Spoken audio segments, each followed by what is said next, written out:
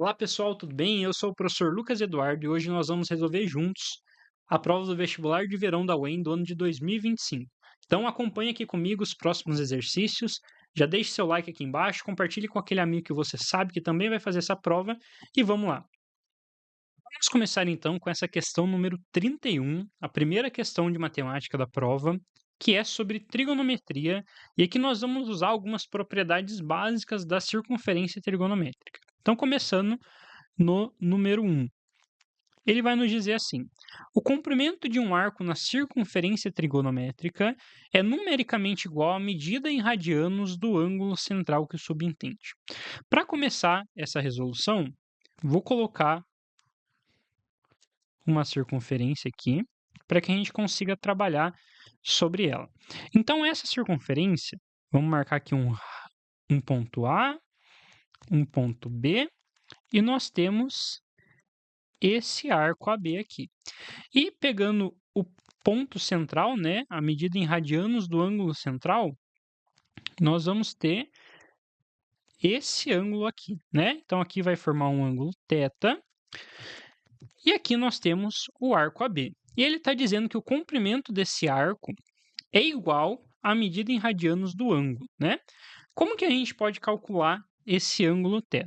O ângulo θ, que é um ângulo central, ele é igual ao arco AB dividido pelo raio, né?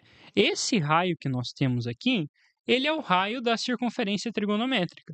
Nós sabemos que o raio da circunferência trigonométrica, ele é igual, o raio é igual a 1. Então, se nós vamos fazer alguma coisa dividido por 1, quando eu divido alguma coisa por 1, o meu resultado final vai ser ele mesmo. Então, falar que o comprimento do arco, né, esse arco AB no nosso caso, é igual à medida em radianos do ângulo central, ele é igual ao ângulo central, é uma afirmação que é correta. Então, a número 1 é verdadeira. Vamos marcar aqui número 1. Vamos lá para a número 2. A número 2 vai nos dizer o seguinte: tangente de θ é o coeficiente angular da reta que passa pela origem e o ponto na circunferência trigonométrica associado ao ângulo θ.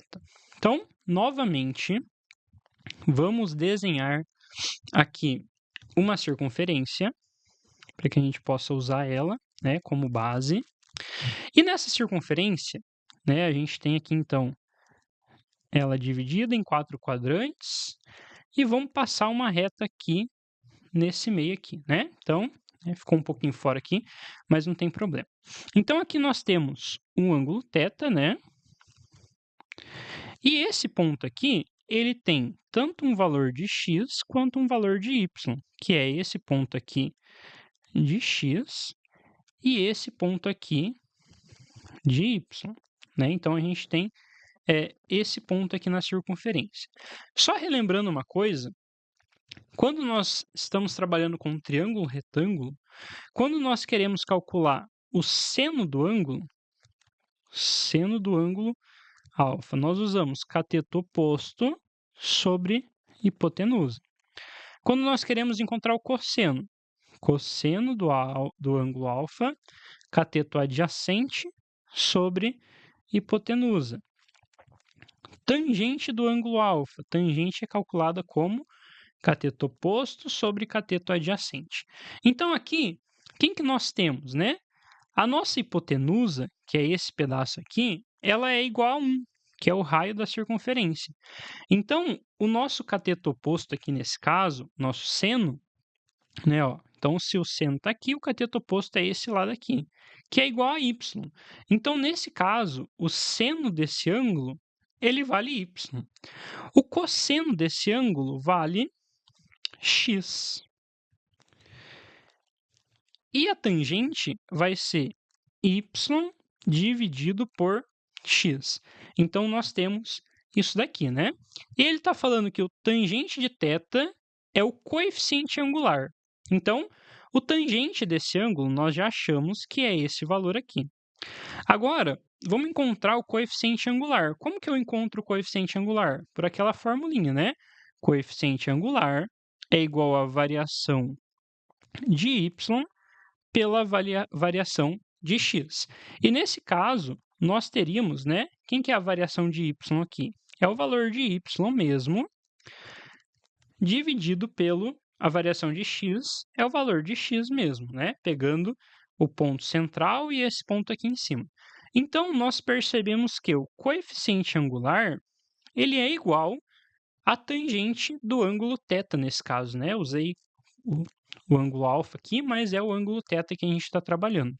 Então, a afirmação 2, que fala que o tangente de θ é o coeficiente angular da reta que passa pela origem, nós temos uma afirmação que também é correta. Então, a número 2 também é certa. A número 4 agora. No eixo x, o eixo x que nós temos é esse eixo aqui, ó. Eixo x. Os valores correspondentes são ao seno. Nós sabemos que no eixo x, né, que é esse valor aqui, nós temos o cosseno. Então, a número 4 é uma afirmação falsa. Agora vamos resolver a número 8. A número 8 vai nos dizer o seguinte: a cossecante de π sobre 2 não está definida. Então, nós sabemos que a cossecante é igual ao oposto do seno. Então, vamos calcular aqui 1 sobre seno de π sobre 2, que é o valor que ele nos deu. Nós sabemos que π sobre 2 corresponde a 90 graus. E o seno de 90 graus é 1. Então, nesse caso, nós temos 1 dividido por 1, que é 1. Então, a cossecante de π sobre 2, ela é igual ao inverso do seno de π sobre 2, que é 1. Então, o inverso de 1 vai ser 1 mesmo, né? Então, a cossecante ela está definida. Então, a número 8, nesse caso, é falsa. Para nós encerrarmos,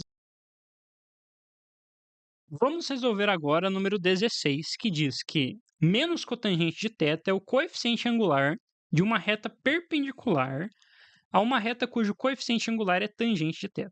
Então, nós sabemos que para que uma reta, vou colocar aqui a reta R, ela seja perpendicular a uma outra reta, a reta S, né? O que significa ser perpendicular? Que elas formam entre si um ângulo de 90 graus quando se cruzam. Nós sabemos por definição que o coeficiente angular da reta R, ele precisa ser o inverso oposto do coeficiente angular da reta S. Então, se nós sabemos que um dos coeficientes é menos cotangente de θ, o outro vai ser, né, se é o sinal oposto, então ele vai ser positivo, e o inverso da cotangente é a tangente, então ele vai ser 1 sobre tangente de θ. Então, nós sabemos que o coeficiente da reta R é menos cotangente de θ e o coeficiente da reta S é tangente de θ. Então, essa afirmação, número 16, ela também é verdadeira. Então, aqui nós temos a 16, a 2 e a 1 sendo corretas. A nossa soma é 19. Esse é o gabarito da primeira questão da prova da UEM de 2025, vestibular de verão. Vamos agora resolver a questão de número 32 do vestibular de verão da UEM 2025. A questão de número 32 vai nos dizer o seguinte: considere um quadrado inscrito em uma circunferência de raio R. Então, se o quadrado está inscrito na circunferência, quer dizer que esse quadrado está dentro da circunferência. Então, a primeira coisa que nós vamos fazer aqui é desenhar essa circunferência com esse quadrado dentro, né? Então, vamos organizar certinho aqui. Nós temos essa figura, um quadrado inscrito dentro da circunferência. E eu sei que o raio da circunferência é R. Então, essa medida aqui, né, ele fala o raio é R. A partir desse desenho, então, nós vamos conseguir resolver toda essa questão aqui. Se esse raio é R, né, para o lado de cima ele também vai ser R. Então, aqui nós temos raio e raio. Número 1. O perímetro do quadrado é 4r raiz de 2. Nós sabemos que o perímetro é a soma de todos os lados, então eu preciso encontrar o lado do quadrado. Vamos chamar aqui de L, aqui de L, aqui de L e aqui de L. Para que nós possamos encontrar isso daqui, nós podemos pegar esse primeiro triângulo aqui em cima, ó, porque ele é um triângulo que ele forma um ângulo de 90 graus. Então, nós temos aqui um triângulo que é retângulo. Então, ele tem o ângulo de 90 graus aqui. A partir desse triângulo retângulo, nós podemos aplicar o teorema de Pitágoras, que vai ser hipotenusa ao quadrado, que é 2r ao quadrado, igual cateto ao quadrado mais cateto ao quadrado. Se eu fizer, né, o 2r aqui ao quadrado, eu vou ter 4r ao quadrado igual a 2 vezes l ao quadrado. Agora eu vou dividir toda essa linha por 2. Então eu vou ter 2r ao quadrado igual l ao quadrado. Como eu quero encontrar um lado, essa potência, né, eu vou extrair a raiz dos dois lados e ela vai sair daqui, né? Então eu vou ter que o lado é igual a raiz de 2r ao quadrado. A raiz quadrada de r ao quadrado, elas vão se anular, né? Então eu vou ter o r para fora da raiz. E o raiz de 2 vai ficar como raiz de 2 mesmo, porque eu não sei, né? Então eu descobri que a medida do meu lado é r raiz de 2. A partir disso, se eu quero encontrar o perímetro vai ser a soma de todos os lados. Como eu tenho 4 lados no triângulo, eu vou ter 4 vezes r raiz de 2. E a questão vai me dizer que o perímetro é 4r raiz de 2. Então, a número 1 é uma afirmação que está correta. Vamos para a próxima. Número 2 agora. Número 2 vai nos dizer o seguinte. Se o lado do quadrado mede 10, a área da circunferência é 25π. Então, vamos pensar agora que o lado mede 10, né? Vamos encontrar o raio da circunferência. Usando essa mesma linha aqui, ó. Então, eu sei que aplicando a fórmula de Pitágoras nesse triângulo, eu vou ter 2r ao quadrado igual a lado ao quadrado mais lado ao quadrado. Só que eu sei que, né, aqui vai ficar 4r ao quadrado, mas eu sei que o lado, agora, né, eu vou usar 10, porque o comando pediu para que eu usasse 10. Então, 10 ao quadrado vai ser 100 mais 100, que totaliza 200. Então, r ao quadrado é igual a 200. Esse 4 que está multiplicando, eu vou passar por outro lado, dividido por 4. Então, eu sei que r ao quadrado vai ser 50. Para encontrar o valor do raio, eu preciso extrair a raiz de 50. Então, o raio é raiz de 50. Como ela não é uma raiz exata, eu vou fatorar a raiz de 50, dá por 2, que dá 25, por 5, que dá 5, por 5, que dá 1. Formou parzinho, sai, ficou dentro da raiz. Então, eu sei que o raio vai ser 5 raiz de 2. Esse é o raio da minha circunferência se o meu lado for 10. Para encontrar a área da circunferência, nós usamos a fórmula que é πr ao quadrado. Então, nós vamos ter o π, ela não mandou usar outro valor, então vamos deixar como π mesmo, vezes 5 raiz de 2 ao quadrado. Aqui nós fazemos tanto o primeiro valor ao quadrado, que é 5 ao quadrado, que dá 25, como o segundo valor ao quadrado. Então, raiz de 2 ao quadrado, né? A raiz vai anular com a potência, que vai ser 2. 25 vezes 2 nós temos que é 50. Então, a área da circunferência vai ser de 50π. E na número 2, ela está falando para a gente que a área da circunferência é de 25π. Então, a número 2 é uma afirmativa que é falsa. Nós sabemos que a área vai ser 50. Próximo, número 4. Se o raio da circunferência é 4, então a área formada entre a circunferência e um lado do quadrado é 16π menos 2. Vamos conferir. Ele falou agora que o raio da circunferência é 4. Raio igual a 4. Então, usando aquela mesma linha que nós começamos ali, nós vamos ter 2 vezes o raio ao quadrado igual a lado ao quadrado mais lado ao quadrado.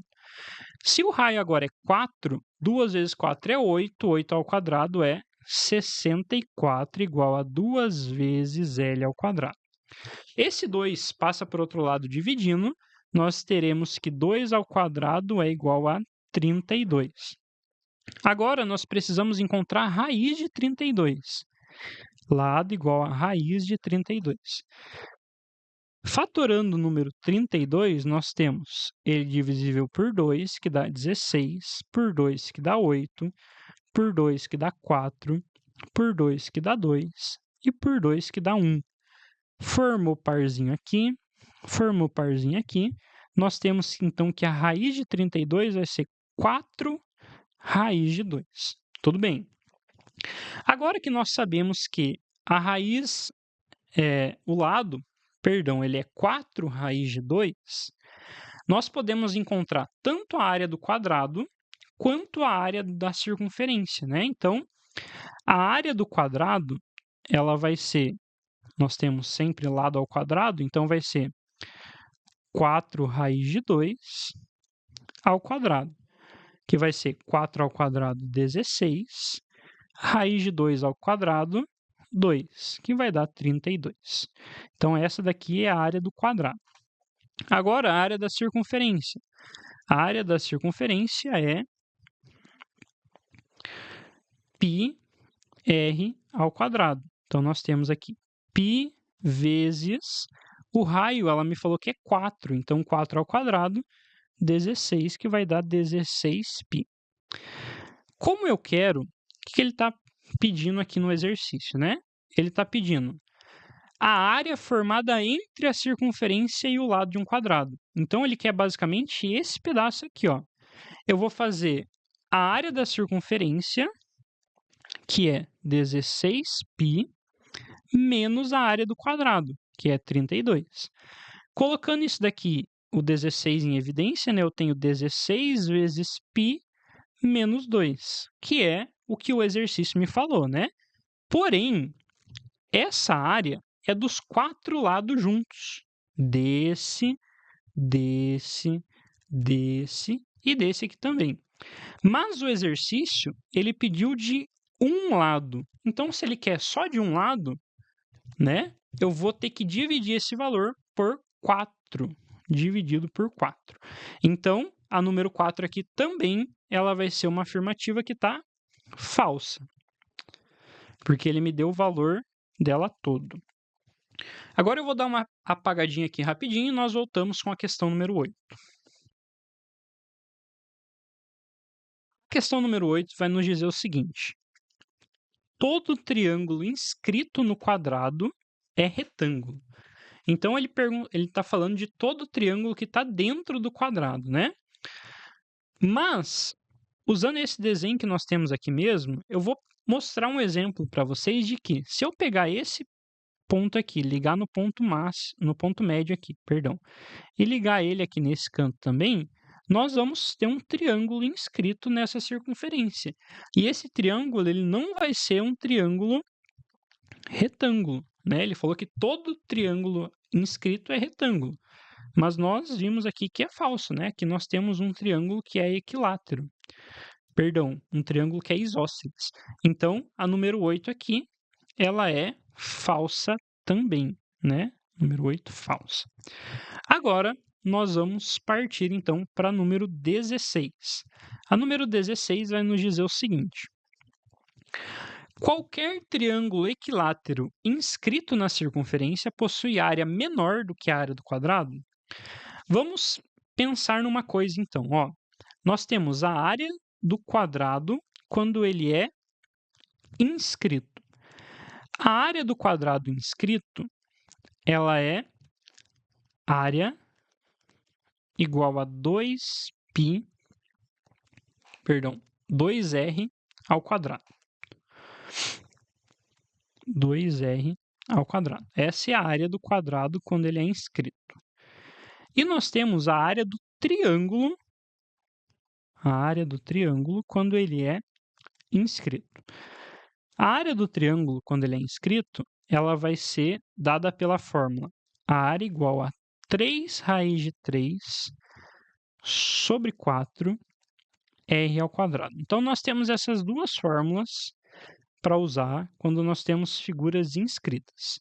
Aqui ele está falando que qualquer triângulo equilátero ele vai ser menor do que a área do quadrado. Para que a gente consiga fazer isso, para que a gente consiga descobrir isso, vamos igualar essas duas fórmulas. Então, eu vou dizer que 2r ao quadrado é igual a 3 raiz de 3 sobre 4 r ao quadrado. Como eu tenho o raio ao quadrado nos dois lados, eu vou cortar aqui e cortar aqui. Posso simplificar aqui, né? No lugar de raiz de 3, eu vou usar 1,7. Então, nós vamos ter 2 igual a 3 vezes 1,7, que vai dar 5,1, dividido por 4. 2 igual a 5,1 sobre 4. E nós sabemos que 5,1 sobre 4 não vai ser maior do que 2, né? Vai ser aproximadamente 1,275. 2 igual a 1,275. Então, a partir disso daqui, nós conseguimos perceber que a área do quadrado ela vai ser maior. Né? E aqui ele está falando, qualquer triângulo equilátero inscrito na circunferência possui área menor do que o quadrado. Nós vimos que a área do quadrado ela vai ser maior, então o triângulo sim possui área menor que a do quadrado. Então, a 16 é certa, junto com a número 1, a nossa resposta é 17. Questão de número 33 agora, que vai nos dizer o seguinte. Dado o número real a maior do que zero e diferente de 1, chama-se função exponencial de base A, uma função real e valores reais positivos definida por f de x igual a, que é a nossa base, elevado a x, que é o nosso expoente. E ele falou no enunciado que A tem que ser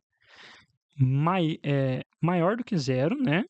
E diferente de 1. Então, beleza, essa é a informação que ele nos deu no enunciado. Aí a número 1. Se A pertence aos racionais, então a função f de x não pertence aos inteiros, de tal modo que x pertence aos inteiros. Então, ele falou que se o x pertence aos inteiros, a função não pertence aos inteiros. Vamos usar um exemplo para resolver essa questão aqui. Né? Vamos usar como valor de A 2 e um valor de x 3, né? O A ele pertence aos racionais e o 3 pertence aos inteiros. Então, se eu fizer 2 elevado ao cubo, eu vou ter como resposta 8. E 8 pertence aos inteiros, né? Ele está falando ali que não pertence. Então, nós começamos com a número 1 aqui sendo uma questão falsa. Vamos para a número 2. A número 2 vai nos dizer o seguinte: a sequência f de 1, f de 2, f de 3, f de 4 é uma progressão geométrica. Então, vamos analisar para ver, né, se ela é realmente uma progressão geométrica.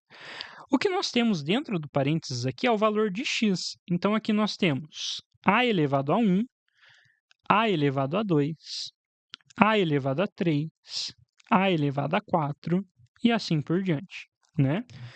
Para nós sabermos se ela é uma progressão geométrica, eu tenho que fazer o expoente do segundo número dividido pelo antecessor dele. Então, nós temos isso daqui, ó, a elevado a n mais 1 dividido por a elevado a n. Aqui, nesse caso, né, nós temos uma divisão de potências de base igual. Eu vou repetir a base e subtrair os expoentes. Menos n. N menos n eu cancelo. Eu tenho que a minha razão da progressão aqui é a elevado a 1. E se eu perceber, de um termo para o outro, o que está aumentando é uma casa no expoente, né? Então, ele está seguindo essa razão da progressão geométrica, né? Se eu fizer a elevado a 1 vezes a elevado a 1, eu vou ter a ao quadrado vezes a elevado a 1, a ao cubo, e assim por diante. Então, eu sei que a número 2, ela está correta. Nós temos, sim, uma progressão geométrica. Agora, para a número 4. Vou fazer a número 4 aqui no cantinho. A número 4, ele vai dizer que se A é maior do que 1, f é uma função crescente. Então, se nós temos A maior do que 1, a nossa função, que é uma exponencial, ela vai sim ser uma função crescente. Então, nós sabemos que a número 4, ela é uma alternativa que também está correta, né?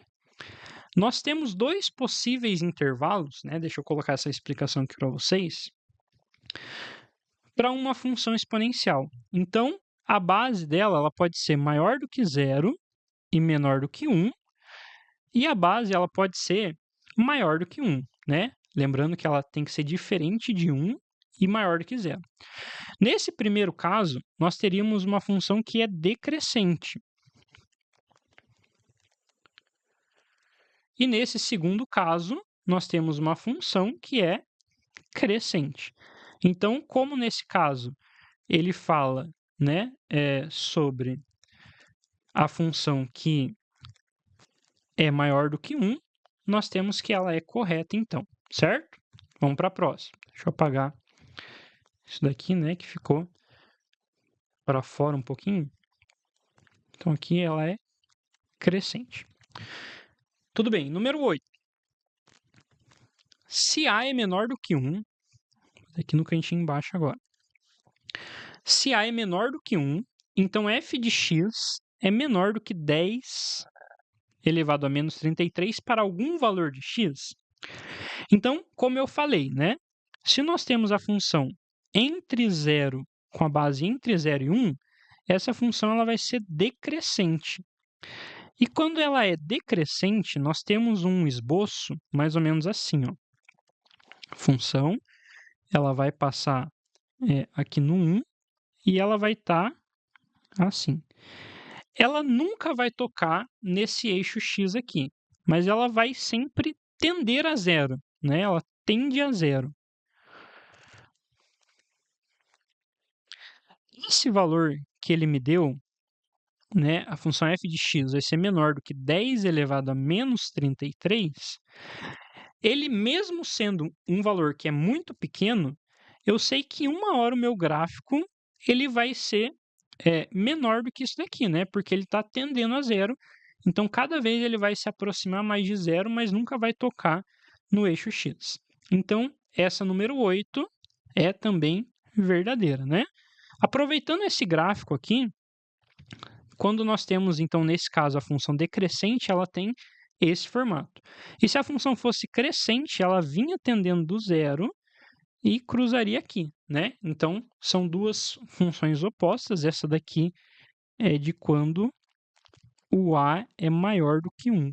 E essa aqui em preta, né, de quando o A é maior do que 0 e menor do que 1. Então, nós temos essas duas opções para a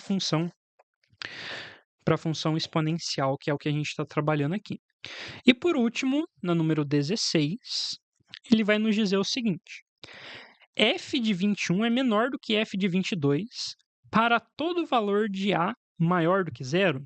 Então, se esse valor de A, né, se ele falasse que quando o A é maior do que 1, né, que o gráfico é crescente, nós teríamos isso daí como uma verdade, porque aí sim, né, o valor de f de 22 seria maior do que f de 21, né? Vamos pensar que aqui lá na frente a gente vai ter o 21 e o 22.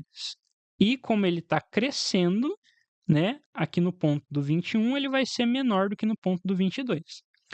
Porém, como ele falou só que A é maior do que 0, se nós tivermos o primeiro intervalo, que é A maior do que 0 e menor do que 1, que o gráfico é decrescente, nesse mesmo intervalo aqui, né, se a gente pudesse dar um zoom muito grande, nós teríamos que o gráfico está diminuindo, porque ela é decrescente. Então, esse valor de 21 seria maior do que 22.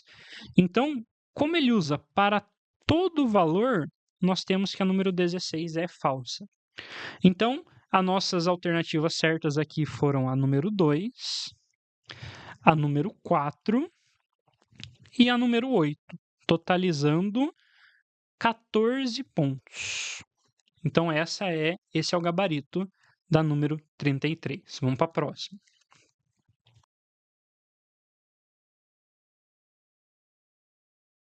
Vamos agora para a questão de número 34, que é uma questão de análise combinatória, que vai nos dizer assim: considere 25 bolinhas numeradas de 1 a 25 e 25 cubos com cores distintas. Assinale o que for correto.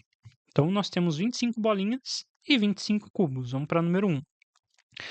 Há 25 formas de organizar as bolinhas em fila de ordem crescente. Então, se elas são numeradas de 1 a 25 e nós queremos numerá-las de forma crescente, nós vamos colocar 1, a 2, a 3, até a 25, né? Se nós colocássemos, por exemplo, a 25 antes da bolinha número 1, ela não estaria mais em forma crescente. Então, ele diz que nós temos 25 formas de organizar essa fila. Só que nós temos apenas uma forma de organizar essa fila, né? Porque só tem uma forma de colocar as 25 bolinhas em ordem crescente. Então, a número 1 é falsa. Vamos para a número 2. Podemos formar 625 pares distintos com um cubo e uma bolinha?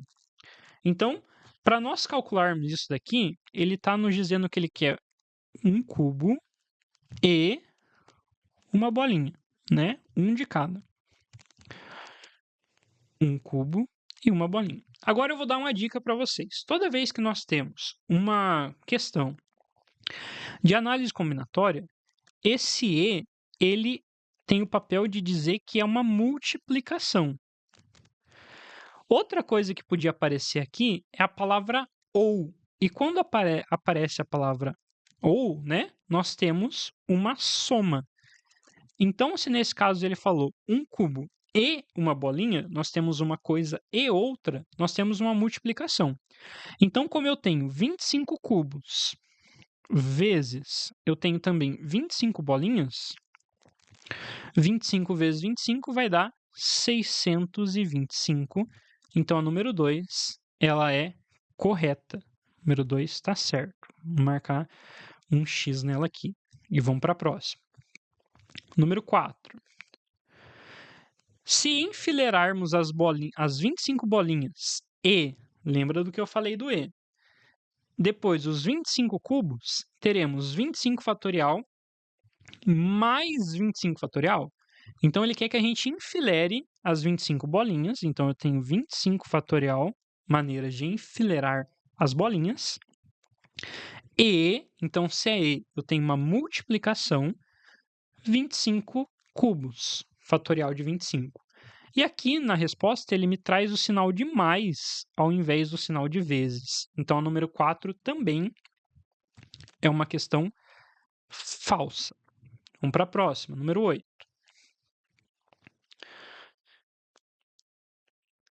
Para calcularmos quantas possibilidades há de formar um conjunto de 5 cubos com cores distintas, usamos a fórmula de arranjo simples. Então, agora vamos ver uma pequena diferença, vou até mudar de cor aqui, para dizer quando que nós usamos. Vou pegar uma outra cor. Para dizer quando que nós usamos arranjo e quando que nós usamos combinação. Então, arranjo e combinação. Nós temos essas duas diferentes conteúdos aqui, né? Mas eu preciso apenas de uma pergunta. A ordem importa? Então, eu vou fazer essa pergunta no meu exercício. A ordem importa? Quais são as possíveis respostas para essa questão? Sim ou não, certo? Então, se a minha resposta for não, eu estou falando de combinação. Então, a ordem não importa, combinação. Agora, eu vou mudar um pouco a resposta do arranjo. A ordem importa? Se importar, em vez de responder sim, eu vou responder aham. Então, a ordem importa? Aham. Então, se importa a ordem, é arranjo.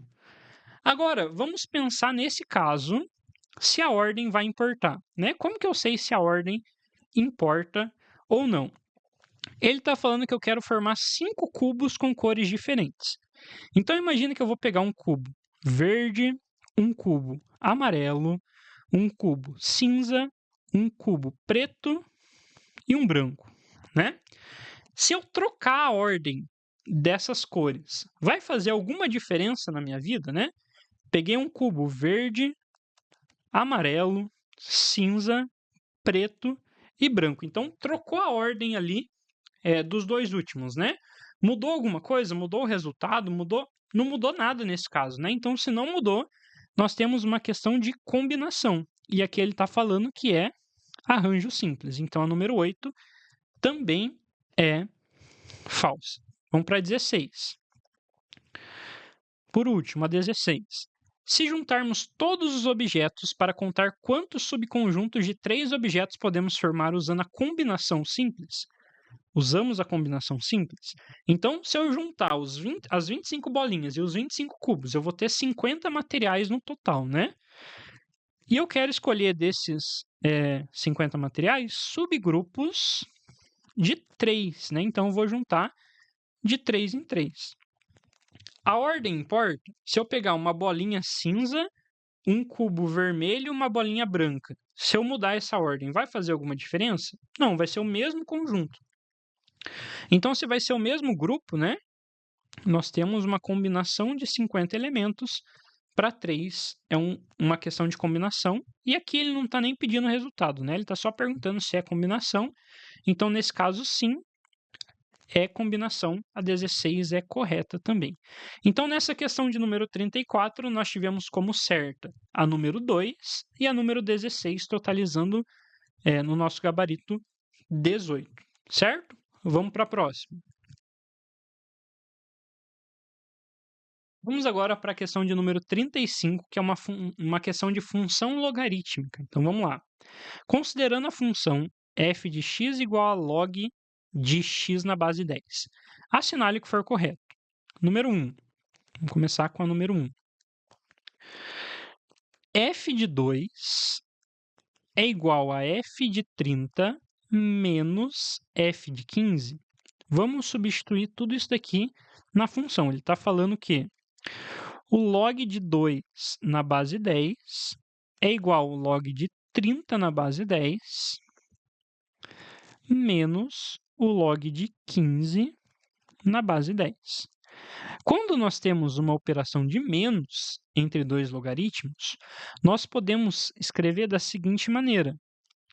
Nós podemos escrever o primeiro, que é o log de 30 na base 10, dividido pelo segundo, que é log de 15 na base 10. E quando eu tenho 30 menos 15, essa divisão vai me dar 2. Então, eu posso dizer que log de 2 na base 10 é igual a log de 2 na base 10. Está correta a número 1. Então, nós começamos aqui já marcando ela. Próximo. Número 2. f de 121, função 121, é igual a 2 vezes a f de 11. Então, aqui, de novo, vamos aplicar essas funções no logaritmo, né? Então, log de 121 na base 10 é igual a 2 vezes o log de 11 na base 10. Nós temos uma regra que quando o número está multiplicando o logaritmo, né? Esse número ele veio aqui do expoente, que a gente chama de regra do peteleco. Então, se a gente voltar esse 2 para lá, nós vamos ter que log de 11 ao quadrado na base 10. E 11 ao quadrado é log de 121 na base 10. Então, esses dois valores também estão certos. Número 2 também é correta. Número 4. a função não pode ser calculada em números negativos? Então, vamos ver uma coisa aqui, na número 4. Quando eu tenho log de x na base 10, isso daqui vai me resultar num valor y. Então, o logaritmo, né, ele é a base elevado ao resultado, ao logaritmo, igual ao logaritmando. Então, eu tenho 10 elevado a y igual a x. E, por definição, nós temos que esse x pertence aos reais, tal que x é maior do que zero. Então, a função não pode ser calculada em números negativos, tá correta também, né? Essa função, ela não pode ser negativa, ela pode ser apenas positiva. Vamos para a próxima. Número 8. A imagem de f é todo o conjunto dos números reais? Vamos pensar no gráfico da função logarítmica aqui, né? Nas últimas aulas, a gente trabalhou um pouco a função exponencial. O gráfico da função logarítmica é um pouco parecido, ele também passa no 1 aqui agora, né? Mas ele vai fazer esse caminho aqui, ó, né? Então, ele está falando que a imagem é todo o conjunto dos números reais. A imagem vai ser todo esse eixo y aqui, né? Então, ela vai de mais infinito até menos infinito. A número 8 também é verdadeira. E vamos para a última, né? Para a gente ver se todas vão ser certas ou não. Eu vou usar esse gráfico aqui mesmo como modelo para 16 também, né? Vou até colocar o número dela aqui. Para que a gente consiga ver se a número 16 vai ser certa. Vou passar esse eixo x aqui, tendendo ao gráfico aqui, esse eixo y, perdão, né? Aqui nós temos o eixo x, e ele vai dizer, o gráfico da função f, que é essa função que nós temos aqui, né? É f de x igual a log de x na base 10, é simétrico ao gráfico da função 10 elevado a x. Nós vimos que o gráfico da função exponencial, ele tem esse formato aqui, ó, né? Nas últimas questões que nós resolvemos aí. Então, sim, esses dois gráficos, eles são simétricos, né? Esse daqui é o gráfico da função g de x igual a 10 elevado a x. Porém, a simetria desses gráficos é em relação ao centro, né? E ele está falando que é em relação ao eixo y. Então, essa número 16 ela é falsa por conta disso, né? Eles são sim simétricos, mas a simetria deles é em relação ao centro e não em relação ao eixo y, certo? Então, a nossa questão aqui foi certa. 1, 2, que dá 3, 4, que dá 7, com 8, que dá 15. E a 16 era falsa, esse é o nosso gabarito. Vamos para a próxima. Agora para essa questão de número 36, que ela é curta, ela fala assinale o que for correto, né? E ela é uma questão que basicamente usa matemática básica. Então vamos lá para número 1. Ela vai dizer que 8 sétimos mais 2. Eu vou aproveitar para substituir esse 2 por 14 dividido por 7. 14 dividido por 7 é a mesma coisa que 2, porém eu já deixo eles com bases iguais aqui. É maior do que raiz de 12 menos 1. Então, vamos lá, somando 8 com 14 aqui, nós temos 22 dividido por 7, maior que raiz de 12 menos 1. 22 dividido por 7 vai ser alguma coisa aproximada perto de 3,1. Esse menos 1 eu vou passar ele para cá como mais 1, maior do que raiz de 12. Então, aqui nós temos 4,1 maior que raiz de 12. Nós sabemos que a raiz de 3, a raiz que resulta em 3 é a raiz de 9. A próxima raiz exata é a raiz de 16, que dá 4. Então, esse valor 12 está mais próximo da raiz de 9 do que da raiz de 16. Então, nós podemos dizer que esse valor aqui, né, chutando alto, ele vai ser 3,5. Então, nós temos que 4,1 maior que 3,5. Essa primeira questão, ela é verdadeira, né? Então, perceba que aqui nós não usamos valores exatos, aqui nós não usamos valores exatos, mas apenas são valores que conseguem nos mostrar que isso daí sim seria verdadeiro, tudo bem? Então, vamos para a próxima.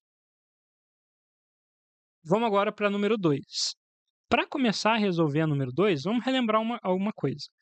Quando eu tenho a raiz de um valor x ao quadrado, eu posso dizer que isso daqui é igual ao módulo de x, porque o quadrado e a raiz eles vão se anular.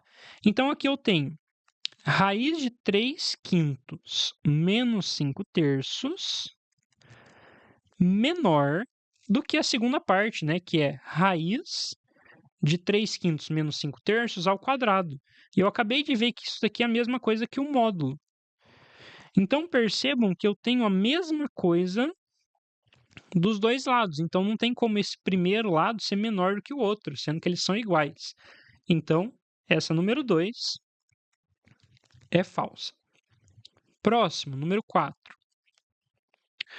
A número 4 vai nos dizer o seguinte: menos 8 elevado a menos 1/3 é igual a raiz cúbica de 8, que dá 2.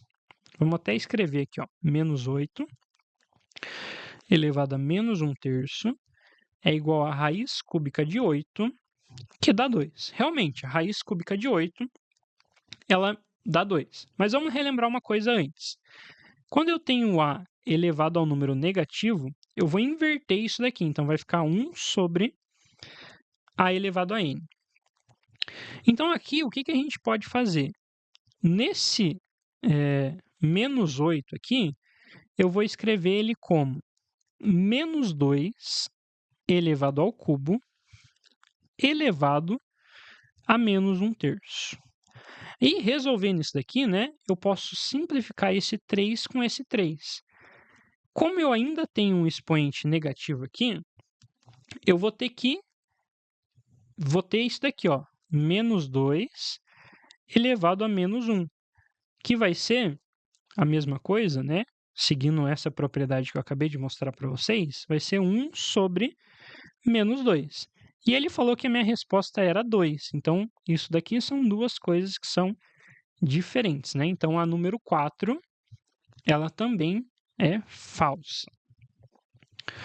Vamos para a próxima, número 8. Então, essa questão aqui, uma questão que usa bastante conteúdos, né? Bastante elementos da matemática básica mesmo, de fração, potenciação, radiciação. Então, são coisas que são muito importantes para que a gente consiga entender. Agora, nós temos uma questão que vai envolver logaritmo. Log de 0,01 na base 10, mais log de 1 sobre 81, toma cuidado que ele está usando aqui base 3, é igual a menos 6. Então, primeira coisa que nós vamos fazer é trocar esse 0,01 por 10 elevado a menos 2. E esse 1 sobre 81, vamos trocar por 1 sobre 3 elevado à quarta. Tudo bem? Então, nós substituímos as coisas que são semelhantes aqui, né? Então, pela regra, nós temos... Vamos escrever isso daqui da maneira correta agora. Nós temos isso daqui, ó. Log de 10 a menos 2 na base 10, mais log de... Usando a propriedade que eu mostrei aqui no número 2 para vocês, ó, vamos inverter essa fração aqui. Vai ser log de 3 elevado a menos 4 na base 3 igual a menos 6. A regra do peteleco que nós usamos no exercício passado, nós vamos usar aqui agora. Esse menos 2 vai lá para frente, esse menos 4 vai lá para frente. Então, a gente vai ficar com menos 2 vezes log de 10 na base 10, mais menos 4 vezes log de 3 na base 3, igual a menos 6. Quando eu tenho logaritmos que têm a base e o logaritmando igual, isso daqui resulta em 1. Então, aqui eu tenho 1, aqui eu tenho 1. Então, vai ficar menos 4 vezes 1 dá menos 4 e menos 2 vezes 1 dá menos 2. Menos 2 com menos 4, eu tenho a resposta final, que é menos 6. Então, essa questão número 8, ela está correta também. E, por último, vou dar uma apagadinha aqui rapidinho para a gente fazer a número 16. Então, vamos lá para a número 16, que vai nos dar a seguinte função. 1 sobre 2, que está multiplicando tudo isso daqui, mais 1, igual a 19 oitavos. Então, eu vou fazer 1 sobre 2 vezes esse cara aqui. Quando eu tenho multiplicação de fração, é o número de cima vezes o de cima, o número de baixo vezes o de baixo. Então, eu tenho 1 vezes menos 3, 2 vezes 4, 8. Agora, eu vou fazer meio vezes isso daqui, ó. Então, eu vou ter 1 vezes 7, 7. 2 vezes 2, 4. Mais 1. Esse 1 eu vou trocar para base 8 aqui também, né? Porque quase tudo aqui está em base 8. Então, no lugar de 1, eu vou colocar 8 dividido por 8, que acaba sendo a mesma coisa. Igual a 19 sobre 8. Percebam que o único valor que não está na base 8 é isso daqui, né? Então, eu vou multiplicar toda essa fração por 2. No final, eu vou ter o seguinte. Eu vou ter menos 3 oitavos mais 14 oitavos mais 8 oitavos igual a 19 oitavos. Como todas as bases são iguais, eu vou só ignorar elas aqui, né? Então, eu tenho que menos 3 mais 14 dá 11, 11 mais 8 dá 19, igual a 19. Essa número 16, ela também está correta. Então, as corretas que nós tivemos foi a 1, a 8 e a 16. Então, 16 mais 8 é 24, mais 1, 25. Esse é o nosso gabarito da questão número 36 do vestibular de verão da UEM de 2025. Vamos para a próxima. Vamos lá para a próxima questão do vestibular da UEM de verão de 2025, que é uma questão de sistema de equação. Aqui nós temos um sistema com 3 equações. Então, a primeira coisa que eu vou fazer para a gente resolver esse sistema, eu vou escalonar ele e vou resolver esse sistema, né? Então, para resolver, eu vou colocar essa segunda linha aqui no começo, porque ela é uma linha que é mais simples, né? Para a gente conseguir resolver bem esse sistema. Então, repetindo aqui, 2x mais y menos z igual a 4. E a última linha, menos 2x menos y mais z igual a 1. Para cancelar esse 2x e esse menos 2x, eu vou multiplicar a primeira linha por menos 2 e somar com a segunda, e multiplicar a primeira linha por 2 e multiplicar com a terceira. Então, nós vamos ter o seguinte, né? Eu vou repetir a primeira linha, x menos 3y mais 2z igual a 5.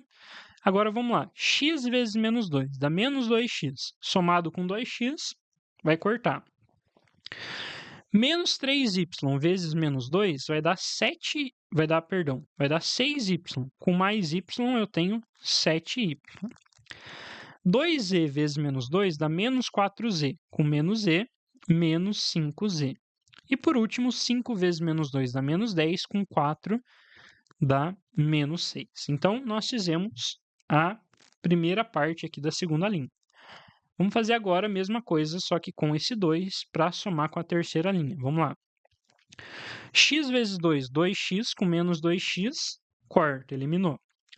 Menos 3y vezes 2 dá menos 6y, com menos y, menos 7y. 2z vezes 2, 4z, com mais z, mais 5z. 5 vezes 2, 10, com mais 1, 11. Então, percebam que agora, olha o que a gente tem aqui.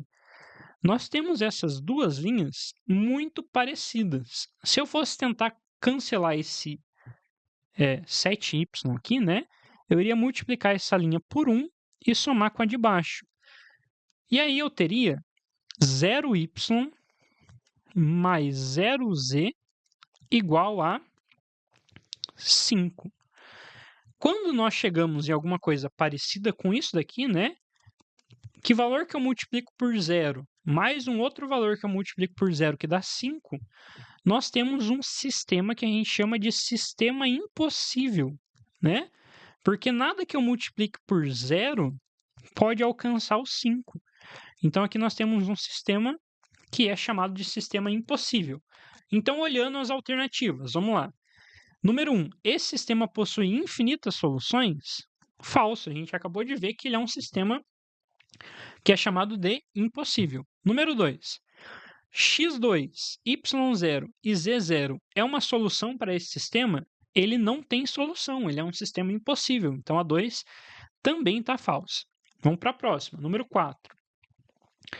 Restringindo-se as equações do sistema ao plano cartesiano, ao considerarmos z identicamente nulo. Então, ele quer que a gente considere nulo aqui, que não tem as alternativas com coeficiente z, né? Vamos escrever isso daqui? Nós teríamos, então, na número 4, 2x mais y igual a 4, x menos 3y igual a 5 e menos 2x menos y igual a 1. Vamos continuar lendo a questão. A primeira e a terceira equações passam a representar retas paralelas. Então, ele está falando dessa primeira, vamos chamar de reta R, e dessa segunda, vamos chamar de reta S. Para que as duas retas sejam paralelas, o coeficiente angular da reta R precisa ser igual ao coeficiente angular da reta S. Aí sim nós saberíamos que a reta R é paralela à reta S. Então, vamos encontrar esses coeficientes, né? Começando com a reta R. Vai ficar assim. 2x mais y igual a 4. Então, para a gente encontrar isso, vamos isolar o y, passando esse 2x para lá, né? Então, eu tenho que y é igual a 4 menos 2x. Então, esse é o coeficiente, né, angular da reta, o menos 2. Vamos ver agora, né, lembrando que o coeficiente angular é quem acompanha o x. Vamos ver agora o da reta S. Então, nós vamos ter menos 2x menos y igual a 1. Então, vou passar esse menos y para o outro lado e esse 1 para cá. Então, eu vou ter que menos 2x menos 1 é igual a y. Então, de novo, o coeficiente angular dessa reta é menos 2, que é quem acompanha o x. Então, nesse caso aqui é menos 2 e nesse caso aqui é menos 2. Então, eu posso dizer que os coeficientes eles são iguais. E se eles são iguais, eu sei que essas duas retas elas são paralelas. Então, a número 4 é uma afirmação que está correta. Número 8. O sistema não possui solução que satisfaça a condição y igual a 1. Se ele não possui nenhuma solução, se ele é impossível, ele não vai ter nenhuma solução que satisfaz a equação y igual a 1. Então, a número 8 também é verdadeira. Vamos agora resolver a número 16, que diz assim. O determinante da matriz 3×3, formada pelos coeficientes das incógnitas desse sistema é nulo. Então, vamos montar aqui um determinante com os coeficientes ali, né? 2, 1, menos 1, 1, menos 3 e 2, menos 2, menos 1 e 1. Para calcular o determinante de uma matriz, nesse caso 3×3, nós repetimos as duas primeiras colunas, né? Ou as duas primeiras linhas, tanto faz. Então, repetindo aqui, eu tenho isso daqui, né? Agora, para calcular, eu vou fazer a diagonal principal menos a diagonal secundária. Então, vai ser 2 vezes 3 vezes 1. 2 vezes 3 dá 6, vezes 1 dá 6. Com esse sinal de menos, a gente tem menos 6. 1 vezes 2 vezes menos 2. 2 vezes 2 dá 4, vezes 1 dá 4, com esse sinal de menos, menos 4. E por último, menos 1 vezes 1 vezes menos 1. Aqui eu tenho 1, né? 1 vezes 1 vezes 1 dá 1. Menos com menos dá mais, então eu tenho mais 1. Esses são os valores da diagonal principal. Agora, na diagonal secundária, a gente vai fazer voltando e vai mudar o sinal dele, né? Então, vai ficar aqui, ó. 1 vezes 1 vezes 1 dá 1. Só que como está voltando, menos 1. Vou usar a outra caneta aqui, que é melhor. 2 vezes 2 vezes menos 1. 2 vezes 2 dá 4, vezes 1 dá 4. Com esse sinal de menos aqui, ele ficaria menos 4. Só que como está voltando, a gente vai colocar mais 4. Agora a última. Menos 1 vezes menos 3 vezes menos 2. 2 vezes 3 vezes 1 dá 6. Menos com menos dá mais, com menos dá menos. Então, eu teria menos 6, como está voltando, mais 6. Agora eu vou somar todos. Só que percebam que quando eu estou somando todo mundo aqui, nesse caso, né? Aqui, perdão, mais 6, né? 3 vezes 2 vezes 1. O mais 6 vai cortar com menos 6. O mais 4 vai cortar com menos 4. E o menos 1 vai cortar com mais 1. Então, eu sei que o determinante aqui, né, dessa matriz 3×3, ele é nulo, que é o que fala aqui no número 16, né? Fala que ele é nulo, então a 16 é certa também. Então, nós temos como resposta a 4, a 8 e a 16. Somando tudo, 16 com 4 dá 20, com 8, nós temos que o gabarito da número 37 é 28, certo? Vamos para a próxima. Vamos agora para a questão número 38, quase encerrando a nossa prova do vestibular de verão da UEM de 2025, que vai nos dizer o seguinte: considere a função f dos reais para reais e g dos reais para reais definidas por f de x igual a 2x mais 1 e g de x igual a x ao quadrado mais 1. Assinale o que for correto. Então, aqui nós temos uma questão que ela trabalha basicamente função composta, né? Que é o FOG, o GOF, enfim, vamos lá.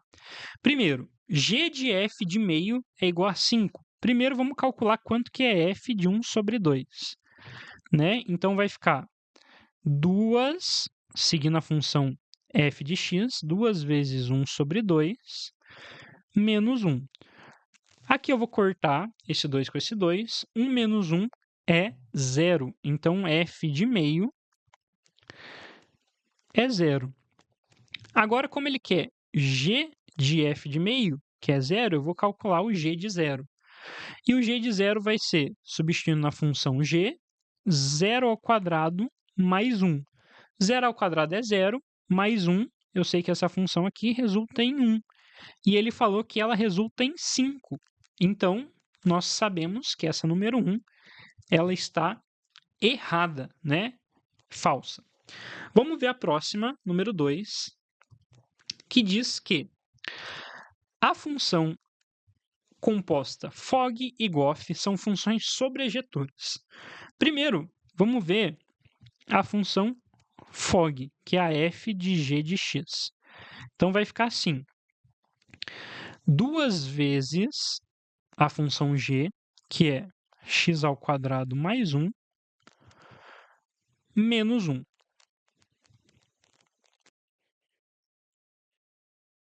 Essa daqui vai ser a minha função FOG.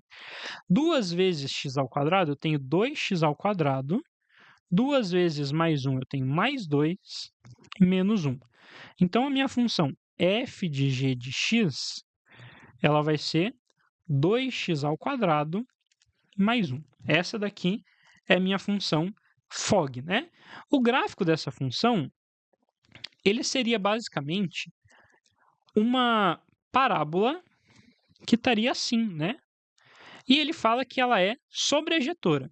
Para ser sobrejetora, a imagem tem que ser igual o contradomínio. A minha imagem, nesse caso, ela é apenas esse pedaço aqui que eu tenho o gráfico. Enquanto o meu contradomínio, ele está falando aqui, são todos os números reais. Então, essa daqui ela é falsa, porque a imagem ela é diferente do contradomínio. Vamos para a próxima, número 4. A número 4 vai dizer assim: os gráficos da função f e g não se interceptam. Para a gente saber se eles se interceptam ou não, a gente vai igualar os dois gráficos. G de x igual f de x. G de x vai ser x ao quadrado mais 1. F de x vai ser 2x menos 1. Agora eu vou juntar tudo de um lado, né? Então, vou passar toda essa galera para cá. Vai ficar x ao quadrado menos 2x mais 2 igual a 0. Então, aqui eu tenho uma função do segundo grau. Vamos resolver agora essa função do segundo grau. Delta igual b ao quadrado menos 4 vezes a vezes c. Então, aqui eu tenho 4 menos 8. 4 menos 8 é menos 4. E quando eu tenho um delta negativo, quer dizer que ele não possui raiz. Se ele não possui raiz real, quer dizer que eles não vão se encontrar, então eles não vão se interceptar. Então, ali a 4 está dizendo que eles não se interceptam, como a gente acabou de ver, que eles realmente não se interceptam, a número 4 está correta. Vamos para a próxima. Número 8. A número 8 está dizendo que f é uma função bijetora. F é uma função do primeiro grau. F de x igual a 2x menos 1. Nós sabemos que toda função do primeiro grau ela vai ser uma função bijetora, né? Então, vamos anotar aqui. Toda função do primeiro grau é bijetora. Então, se toda função do primeiro grau é bijetora e f é uma função do primeiro grau, nós sabemos que a número 8 ela é correta. E para encerrarmos, a número 16, ela vai nos dizer o seguinte: g é uma função injetora. Nós temos que g é g de x igual x ao quadrado mais 1. Então, o gráfico dessa função x ao quadrado mais 1, ela é alguma coisa nesse sentido aqui, né? Uma parábola um pouquinho para cima. Aqui a gente tem um x, aqui a gente tem um valor de y. E ela está dizendo que ela é injetora. Mas percebam que, se eu pegar um ponto aqui, ele vai ter uma imagem aqui.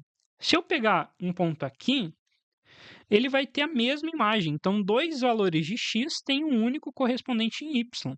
Então, por conta disso, né, se ela tivesse apenas um resultado, uma imagem para cada valor de x, aí sim ela seria injetora.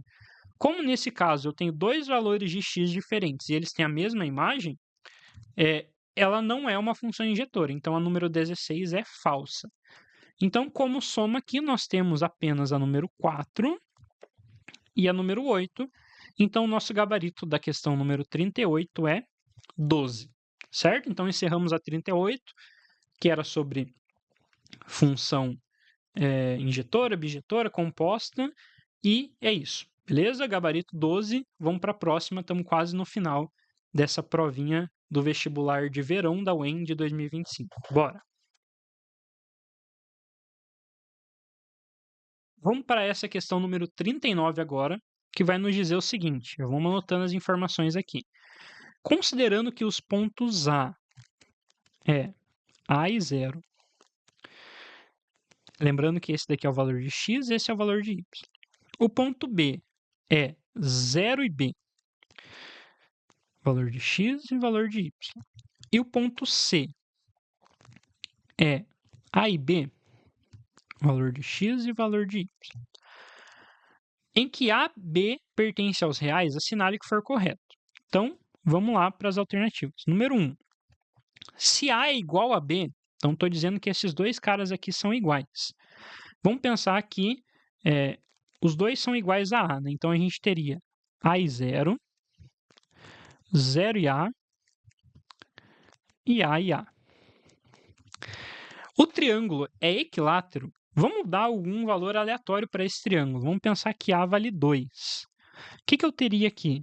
Eu teria aqui, né, plano cartesiano, aqui um eixo x, aqui um eixo y, aqui o ponto A, o ponto B e o ponto C. O ponto A seria 2 e 0, aqui, né? 2 e 0. O ponto B seria 0 e 2, aqui. E o ponto C seria aqui, 2 e 2. Ligando esses três pontos, a gente teria um triângulo. Ele está dizendo que é um triângulo equilátero, mas nós vemos que ele forma 90 graus aqui, né? Então, nós temos um triângulo retângulo. Então, um triângulo retângulo, ele não vai ser um triângulo equilátero porque a hipotenusa é maior. Então, a número 1 é falsa, certo? Vamos para a próxima, número 2. Seguindo essa mesma lógica aqui, né? Se A é raiz de 2, então a gente tem aqui os pontos, raiz de 2 e 0. B é raiz de 7, então eu tenho 0 e raiz de 7.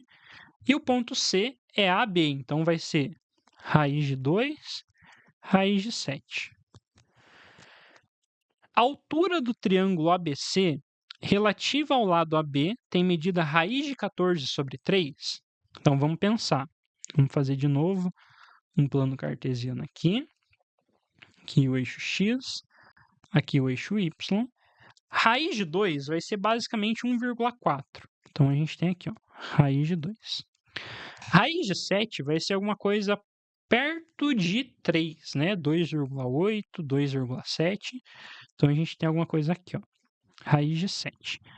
E o outro ponto é o encontro entre os dois, né? Então vamos colocar aqui e ligar eles. Então, ligando aqui, a gente tem esse triângulo aqui, ó. Esse daqui era o valor de A, esse daqui é o valor de B, esse daqui de C. Aí ele está falando da altura do triângulo relativa ao lado AB. A altura vai ser isso daqui, ó.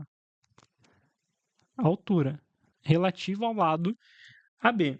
Então, se a gente removesse esse triângulo aqui, né? Vamos fazer ele aqui embaixo. O que a gente teria? A gente teria alguma coisa parecida com isso daqui, né? Onde nós queremos saber essa altura aqui. Eu sei que a minha base aqui embaixo, ela vale A, que é um valor que eu desconheço. Eu sei que esse pedaço aqui é raiz de 2 e que esse pedaço aqui é raiz de 7. A partir desse triângulo aqui, então, nós podemos perceber que nós temos aqui um ângulo de 90 graus, né? Que era esse mesmo ângulo de 90 graus que estava aqui, ó. Então, nós podemos fazer teorema de Pitágoras aqui, que vai ser hipotenusa ao quadrado, que é A ao quadrado, igual a raiz de 2 ao quadrado mais raiz de 7 ao quadrado, né? Como quadrado e raiz são operações opostas, nós temos que A ao quadrado é igual a 2 mais 7, que dá 9. Então, o valor de A é raiz de 9, que é 3. Então, descobri esse valor de A aqui, que é 3 agora. Para encontrar essa altura, nós temos uma relação métrica que é A vezes H igual a B vezes C. O meu A é 3 vezes a altura. O meu valor de B e de C aqui é raiz de 2 e raiz de 7. Raiz de 2 vezes raiz de 7 vai dar raiz de 14. Esse 3 que está multiplicando vai passar para lá dividindo. Então, eu tenho raiz de 14 sobre 3 é a altura. Ele está falando que a medida é raiz de 14 sobre 3. Então, essa número 2 está correta. Vamos para a próxima. Número 4. Se A é diferente de B, com A e B não nulos, então o triângulo ABC não será isósceles? Vamos pensar num caso em que o A seja 1, que o B seja menos 1. Eles são diferentes, né? E montando aqui os valores que a gente tem, eu teria que o A vai estar aqui no 1, o B vai estar aqui no menos 1. E o C é a ligação dos dois, né? Então, aqui eu vou formar um triângulo, um ângulo de 90 graus. Ele é um triângulo isósceles. E ele está falando, o triângulo ABC não será isósceles. A número 4 é falsa. Então, nesse caso aqui, a gente viu que, mesmo que o A seja diferente de B, o triângulo vai continuar sendo isósceles, né? Número 8. Se A é igual a B, então o triângulo ABC tem área ao quadrado? Vamos relembrar desse caso aqui, né? Que o A era igual a B. Vamos responder a número 8 usando esse desenho aqui da número 1. Onde o A é igual a B e a gente usou como base aqui o 2, né? Então, vamos dizer que eles são iguais aqui. Ele está dizendo que a área do triângulo seria A ao quadrado. Nesse caso aqui, né? A área do triângulo seria base vezes altura dividido por 2. Então, a base é A altura é A também. Dividido por 2, a gente tem A ao quadrado sobre 2. E ele falou que a área vai ser A ao quadrado. Então, faltou esse dividido por 2 aqui. A número 8 também é falsa. E vamos para a última agora, número 16, que vai dizer assim. Se A é igual a 0 ou B é igual a 0, então os pontos A, B e C são colineares, que quer dizer que eles estão na mesma linha, né? Portanto, não haverá triângulo. Vamos pensar se o A for 0. Eu teria os pontos 0 e 0. Aí o ponto B seria 0 e B. E o ponto A seria também 0 e B. Então, aqui nós teríamos, né, num plano cartesiano, um ponto aqui no 0, 0, o outro no 0 para x e um valor de b. Então, a gente teria esses dois pontos aqui, ó. E os pontos B e C, que são esses dois aqui, eles estariam sobrepostos um no outro. Então, não formariam um triângulo. Eles seriam, né, como o exercício disse, colineares. Se o valor de B fosse 0, ia acontecer a mesma coisa, porém no eixo x. Então, os pontos estariam aqui, eles também seriam colineares. Então, a número 16 é uma afirmativa que é verdadeira. Então, a nossa resolução aqui, nós vimos que a número 16 é certa e que a número 2 é certa também. 16 com 2, nós temos que a soma dessa questão, o gabarito dela, é 18, certo? Vamos para a próxima. Estamos quase chegando ao fim da resolução do vestibular de verão da UEM de 2025. Vamos agora para a última questão do vestibular de verão da UEM de 2025, que é uma questão que envolve juros aqui, né? Uma questão bem interessante sobre imposto. Então vamos lá. Durante uma campanha de educação fiscal, os cidadãos tiveram conhecimento de como os valores arrecadados com impostos influenciam os preços de produtos e serviços. Um determinado serviço municipal tinha custo base de R$ 800. Então, vamos colocar aqui, o custo base era de R$ 800. No início do ano, foi acrescido o imposto de 13%, mais 13% de R$ 800. Fazendo essa conta aqui, nós temos, cortamos esses dois zeros com esses dois zeros, 13 vezes 8, nós temos que esse resultado aqui é 104. Então, 800 mais 104, né? Isso daqui esse serviço passou a valer R$ 904. Então, esse daqui era o primeiro valor.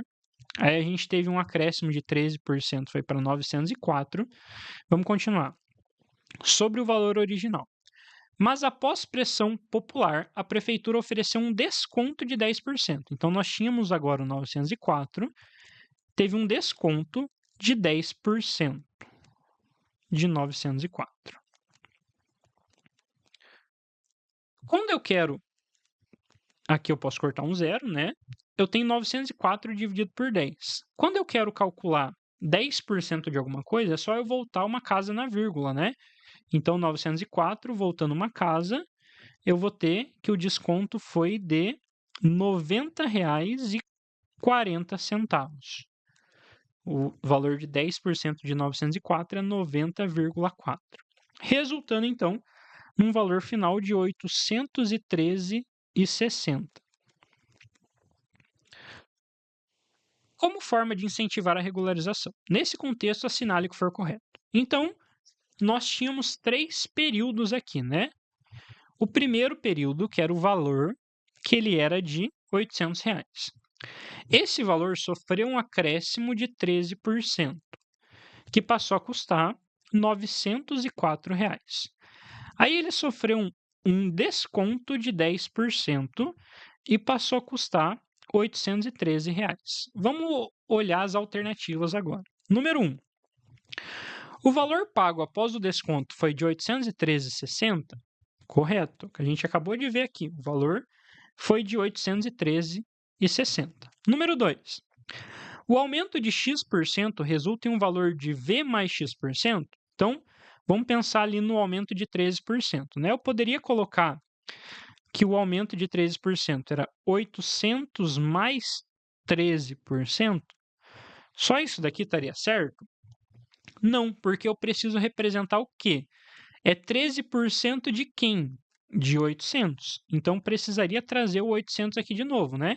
Então, nessa fórmula, a gente teria V mais X% de V. Então, essa número 2, ela é errada. Número 4. Sem a pressão popular para que fosse reduzido o imposto de 13%, o valor que o contribuinte pagaria pelo serviço municipal seria de R$ 904. Então, o que ele falou aqui? Se eu não tivesse essa pressão para ter um desconto, o valor que ele iria pagar era de R$ 904, e sim, né, o valor após o acréscimo de 13% foi de R$ 904. Então, a número 4 está certa. Vamos para a número 8.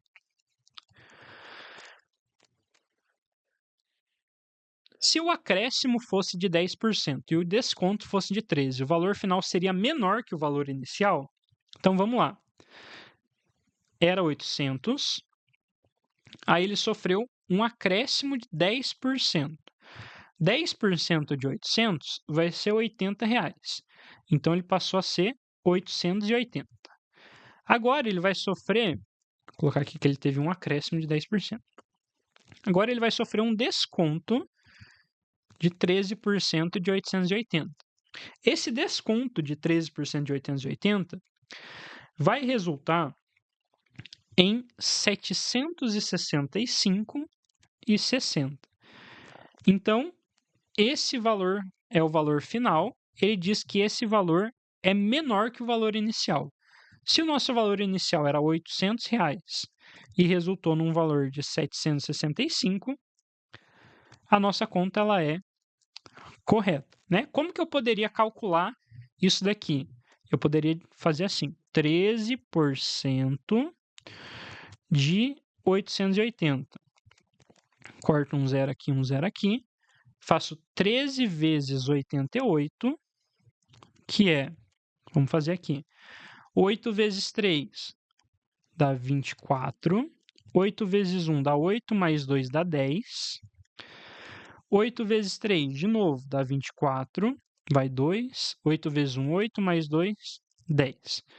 Então, aqui eu tenho 4, 4, 1, 1. Dividido por 10, a vírgula anda uma casa aqui. Então, eu sei que esse desconto foi de menos 114,4. E aí, é o que a gente resulta em 765, né? Então, se você não sabe como calcular a porcentagem, é dessa maneira aqui. Então, a gente tem esse desconto no 13% que vai resultar nesse valor aqui, que é menor do que o valor inicial, que era 800. Então, a número 8 é certa. E por último, para a gente encerrar, aplicar um desconto de 10% sobre um acréscimo de 13% resulta em um acréscimo de 3% no valor inicial? Então, vamos pensar. Vamos pensar que eu tenho R$ 100. Eu vou aplicar um acréscimo de 13%. Se eu aplicar um acréscimo de 13% de R$ 100, vai ser R$ 13. Então, esse meu novo produto vai passar a custar R$ 113. Agora, eu vou tirar 10% dele, menos 10% de 113. 10% de 113 vai ser 11,3. Então, eu tenho 113 menos 11,3, que vai resultar em 101,7. Então, eu tive um acréscimo de 13%, depois eu tirei 10%, eu fiquei com 101,7. Ele disse que o acréscimo seria de 3%, mas eu posso ver que o que aumentou aqui, em relação ao 100, foi 1,7. Então, 1,7% é esse aumento. Então, a número 16 é falsa. Então, as questões que nós temos certas aqui é a número 1, a número 4 e a número 8, que era essa daqui, né? Então, a nossa soma é 12 mais 1, 13. E esse é o gabarito da nossa última questão do vestibular de verão de 2025 da UEM. Obrigado por acompanhar e até a próxima.